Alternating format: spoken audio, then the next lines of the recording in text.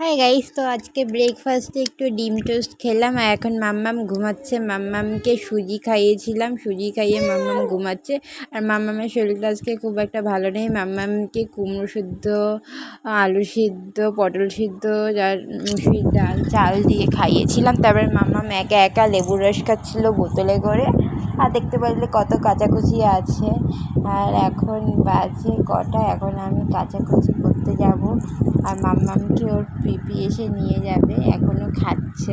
মাম্মাম দেখো লেবুর রস খাচ্ছে, কারণ মাম্মাম একা একা খেতে চায়, এই জন্য মাম্মামকে বোতলের মধ্যে ভরে দিই, মাম্মাম খেয়ে নেয়। আর আজকে আমার হাজব্যান্ড পুরো আমাকে সারপ্রাইজ দিল, নিজের পছন্দ করে আমার জন্য একটা নাইটি এনেছে। তারপরে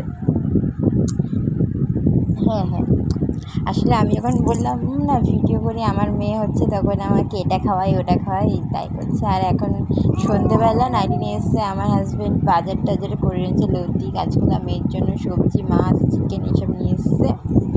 আর এই দেখো সন্ধেবেলার খাবার 9টার সময় খাচ্ছি, বাট খুব স্পাইসি ছিল আর খুব সুন্দর ছিল। আর এটা হচ্ছে আজকের মেনু, মানে কুমড়ো শাক দিয়ে, ডালের বড়া দিয়ে আর ডিমের ঝোল, ব্যাস সিম্পল। কারণ আমি